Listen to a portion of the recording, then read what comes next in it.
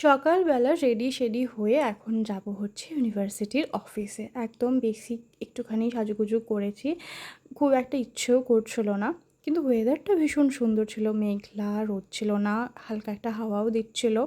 তো খুব সুন্দর মন নিয়ে যাচ্ছি। ভাবলাম আজকে লাস্ট ডেট, কাজটা খুব তাড়াতাড়ি সুন্দরভাবে হয়ে যাবে। কিন্তু তখনও কি জানতাম আমার কপালে আজকে কী লেখা আছে। মানে সবই ঠিকঠাক হচ্ছিল। লাস্টে গিয়ে একটা কাজ কিছুতেই হচ্ছিল না। সেটা অনলাইনের, মানে অফলাইনে কিছু করাও যাবে না। তো আমি খুবই হতাশ হয়ে পড়েছিলাম। আবার রুমে চলে গেছিলাম, ভাবলাম সেখানে গিয়ে হবে।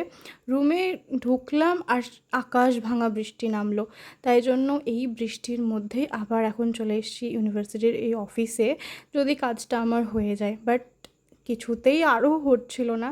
কিন্তু থ্যাঙ্কস টু মাই ফ্রেন্ড, তার জন্যই আমার এই কাজটা পুরো কমপ্লিট হতে পারলো। সে যদি না থাকতো আমি জানি না আমি কী করতাম। খুবই চাপে পড়ে গেছিলাম।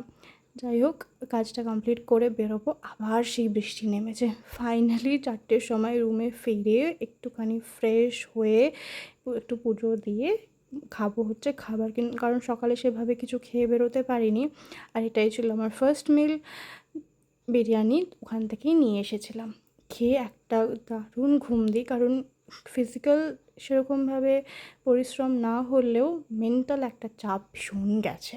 তাই জন্য ঘুমটা দিয়ে একটু ফ্রেশ লাগছিলো। আর এই কফিটা তো আমার মুড বুস্টার, মানে আমি কফি খেলে আমার মনে হয় মনটা ঠান্ডা হয়ে যাবে। তো একটা গরম গরম কফি নিয়ে বসেছিলাম। ভেবেছিলাম রাতে খাবার আনতে যাব, কিন্তু সেই যে বৃষ্টি সকাল থেকে শুরু হয়েছে, হয়েই যাচ্ছে, মানে এখনের ওয়েদারটা 4 দিন রোদ উঠলে 6 দিন বৃষ্টি হচ্ছে। যাই হোক, কী আর করা যাবে। রাতে খাবার অর্ডার দিই, ভেবেছিলাম রাতের খাবারটা অন্তত ভালো আসবে, সেটাও এলো না। মানে আজকের দিনটাই পুরো খারাপ গেছে আমার। প্রচণ্ড চাপ, তারপরে একটু খাবার খেয়ে মনটাকে ভালো করবো, সেটাও আর হলো না। রুটি আর চিকেন অর্ডার করেছিলাম। চিকেনটাতে ঝাল ছাড়া এমনি কোনো স্বাদ নেই। তার থেকে একটা মশলার কাঁচা গন্ধ ছাড়ছে। আর কাঁচা রুটিটা আধ কাঁচা ছিল। ওই খেয়ে কী আর করা যাবে, পেট তো ভরাতেই হবে। তো ওটা খেয়েই মনটাকে ঠান্ডা করি। এইভাবেই আজকের এই বেকার দিনটা কেটেছে। যাই হোক, এইভাবেই তো চলতে থাকবে। তোমাদের সাথে খুব তাড়াতাড়ি আবার একটা নতুন ব্লগ নিয়ে দেখা হচ্ছে। ততক্ষণের জন্য ভালো থাকবে, সুস্থ থাকবে।